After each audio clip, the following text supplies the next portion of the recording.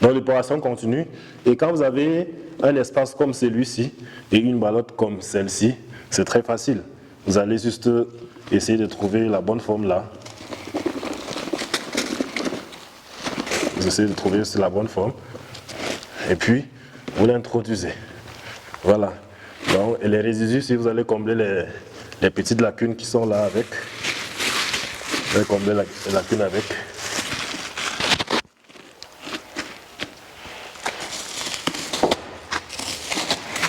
Important, la ballotte, il faudra toujours faire attention. Il ne faut pas trop exercer la pression sur celle-ci. Question d'éviter de les détruire comme je viens déjà de perdre une ballotte là. Voilà, je disais que cette technique est assez fiable et assez rentable parce que ne soyez pas surpris que bien qu'ayant récolté les 300 grammes, les 250 grammes et parfois les 500 grammes de champignons sur des ballottes ici, on se retrouve encore en train de récolter parfois 1 kg, comme certaines ballottes qui sont ici, qui sont en train de produire encore 1 kg alors qu'elles avaient été déjà récoltées sur étagère. Voilà.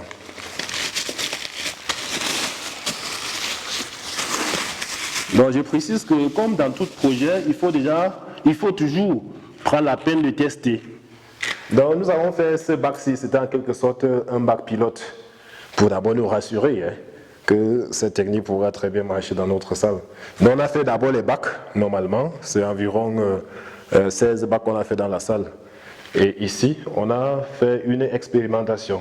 Ceci fait environ 1 semaine et demie qu'on a lancé.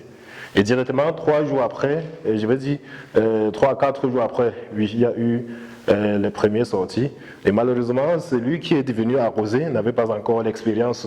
Donc il est venu le premier jour là, il y avait les têtes, il a versé l'eau dessus et on a perdu ces têtes là. Voilà, donc ce qui est là, ce qui apparaît là, c'est en quelque sorte la deuxième tête.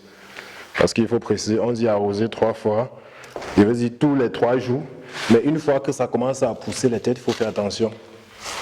Parce que quand l'eau touche, lorsqu'il y a dégagement déjà des primordiaux, c'est beaucoup de risques.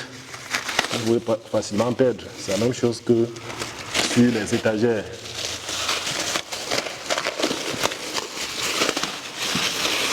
Voilà. Donc pour le moment, je vais d'abord arrêter là. Bon, je comble le vide ici. J'arrête.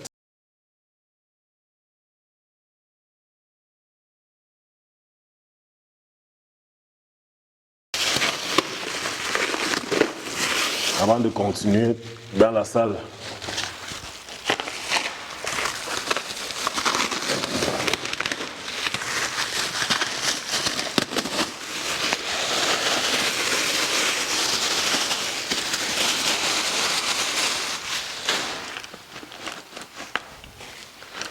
Donc, je précise que pour cette technique, il y a toujours les facteurs de fructification qu'il faut réunir, à savoir l'éclairage, l'humidité, l'aération. Donc c'est pourquoi vous allez voir, vous allez vous rendre compte que la salle est totalement éclairée.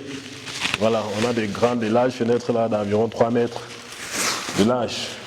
Voilà, des deux côtés. C'est un facteur à ne pas négliger. Parce que si votre salle n'est pas suffisamment éclairée, vous n'allez pas réussir cette technique. Une fois que ça va pousser les primordiaux là, il y aura assèchement de celle-ci. Voilà.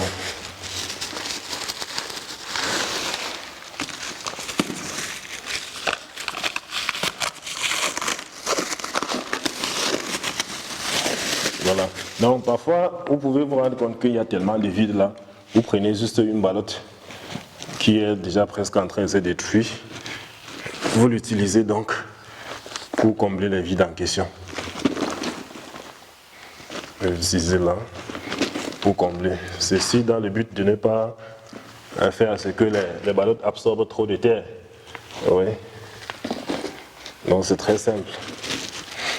Voilà, cela étant fait, voici environ 1 mètre carré. Ça va prendre combien là? 1, 2, 3, 4. 4 x 4, 16. Voilà. Donc voilà 16 ballottes, plus 2 ballottes qu'on a détruites là pour couvrir les vides, ça fait 18 ballottes. Donc sur environ 1 mètre carré. Une fois qu'on a étalé de la sorte, la prochaine opération consistera tout simplement à verser une couche de terre dessus. Donc c'est pas aussi compliqué que ça. On va se verser une couche de terre dessus, d'environ 1 à 2 cm. Bon, ici, ce que nous allons faire, ça, c'est notre terre ici un peu particulière. Ceci, c'est en quelque sorte la terre des pépinières qu'on a récupérée. On a eu perte de plants. Comme trouver aussi de la bonne terre ici un peu compliqué, on a voulu exploiter ça autrement parce que la terre ici est un peu sableuse. Et cette terre de pépinière vient de justement notre pépinière. Les plants ont échoué dedans et directement on a porté pour venir exploiter à d'autres fins ici. Donc l'opération est simple. On va porter la terre là, j'espère que vous voyez bien, et on va juste verser au-dessus de ceci. Également encore le noyau d'avocat dedans. C'est la terre de pépinière.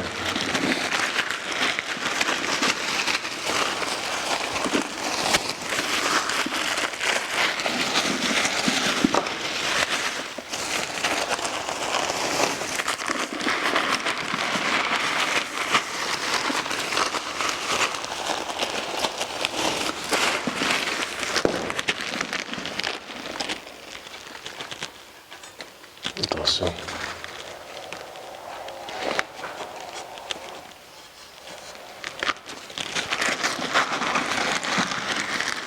C'est au trop 2 cm. On a 2 cm de couche de terre.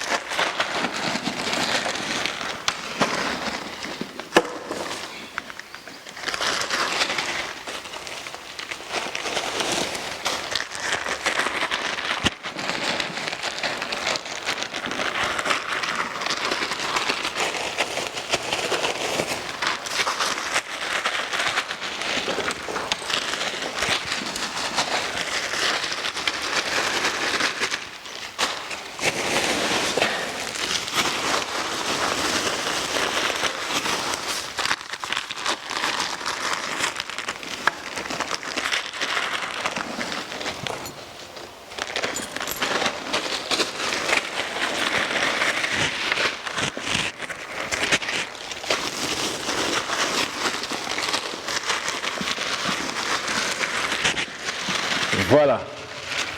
Donc, voici votre gobetage qui est donc désormais établi. Comme notre terre déjà est initialement bien mouillée, on va juste arroser un peu. Donc, déjà, cette partie est encore ouverte parce que nous allons continuer l'opération. On va d'abord vous montrer avant de couper la vidéo et continuer l'opération jusqu'à la fin. Voilà. Donc, une fois que vous avez disposé et couvert avec la couche de terre, c'est très simple. La prochaine opération consistera juste à porter de l'eau dans l'arrosoir. J'insiste que dans l'arrosoir parce que beaucoup vont chercher à porter l'eau dans le seau et commencer à asperger. Il faut savoir que si vous commencez à asperger, vous allez lessiver les ballottes. Donc vous allez laver la terre là. Donc c'est mieux d'utiliser l'arrosoir comme ça. L'eau va tomber en fines gouttes. Voilà.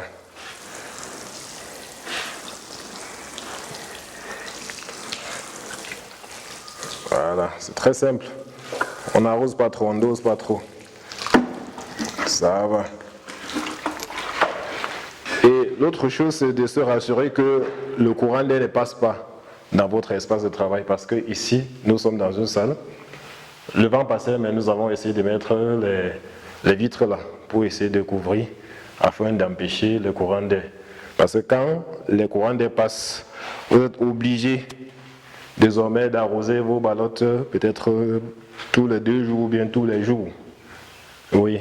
Et bien même quand vous réussissez à arroser, une fois que les primordiaux commencent à sortir, le courant va passer à sécher ça. Et vous aurez fait un travail presque nul. Voilà. Donc l'opération va se faire comme je viens de le faire là, l'arrosage tous les 3 jours. Oui, ceci après pratiquement une semaine, parfois une semaine et demie, donc tout dépend du temps qu'il fait chez vous. Ici par exemple à l'ouest, ça va vite sortir. Si vous êtes dans le littoral ou bien dans le centre, ça va peut-être légèrement un peu plus durer parce qu'il fait chaud là-bas.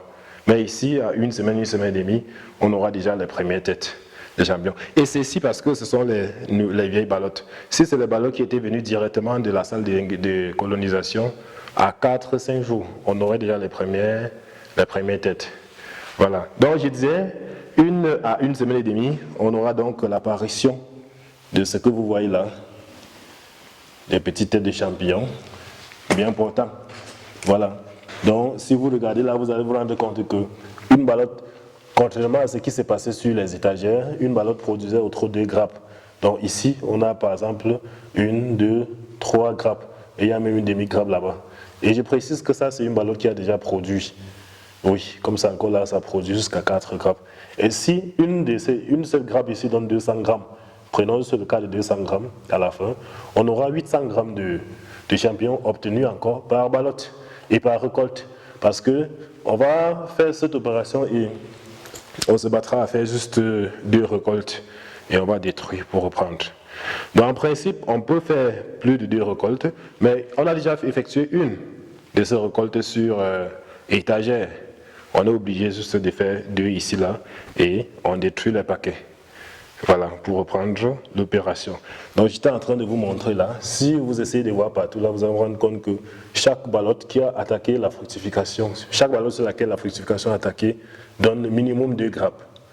Donc je suis juste parti sur la base de 250 grappes. 250 grammes la grappe. Donc, ou bien 200 grammes. Je vais même prendre le minimum 200 grammes par grappe. On aura environ 700 à 800 grammes de champignons que toutes ces ballottes vont produire sur gobetage. N'est-ce pas magnifique? Voilà, donc intéressez-vous à la culture des champignons et surtout intéressez-vous à la technique du gobetage. Et si vous avez un souci là, n'hésitez pas à nous contacter. Les numéros restent les mêmes. Celui-ci.